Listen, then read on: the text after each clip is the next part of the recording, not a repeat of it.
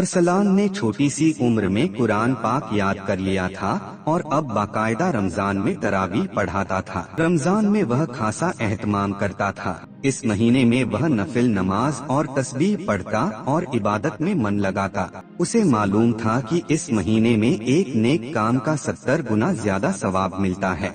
हर मुसलमान की ख्वाहिश होती है कि वह रमजान के पूरे रोजे रखे और खुश नसीब हैं वे लोग जिन्हें रमजान का महीना मिलता है तो वे इसका खासा एहतमाम करते हैं। उसकी अम्मी ने सहरी के लिए बाजार से सामान लाने को कहा तो अरसलान ने अपनी साइकिल संभाली और बाजार चला गया।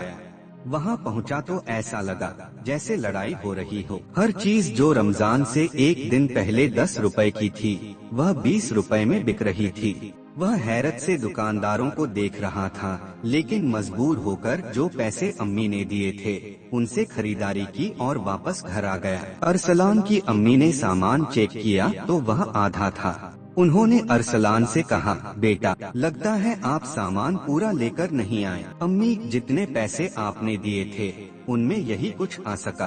बेटा, पैसे तो मैंने आपके सामान के हिसाब से दिए थे, फिर आधा सामान क्यों लाए हो?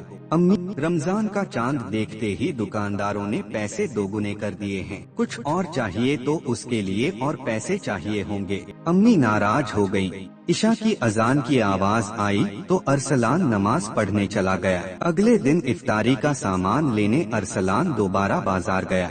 जिस ठेले पर जाता वहाँ के दाम कई गुना बढ़ चुके थे और लोग बिना सोचे समझे सामान खरीद रहे थे। उसे चक्कर आ गया।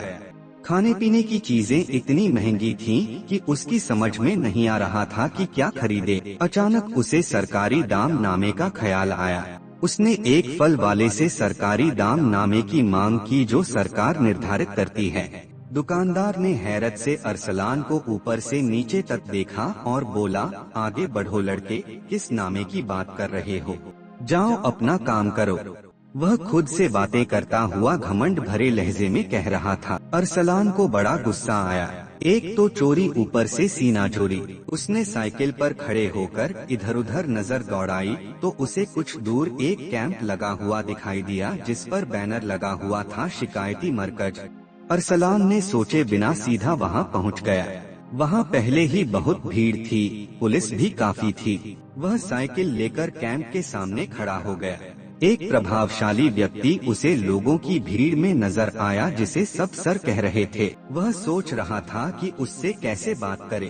तभी एक पुलिस वाले ने उसकी साइकिल खींच ली। वह जमीन पर गिरते गिरते बचा। यह मंजर सामने बैठे व्यक्ति ने देख लिया जिसे सब घिरे खड़े थे। पार्ट 2 के लिए कमेंट करें और कहानी पसंद आई हो तो चैनल को सब्सक्राइब करें।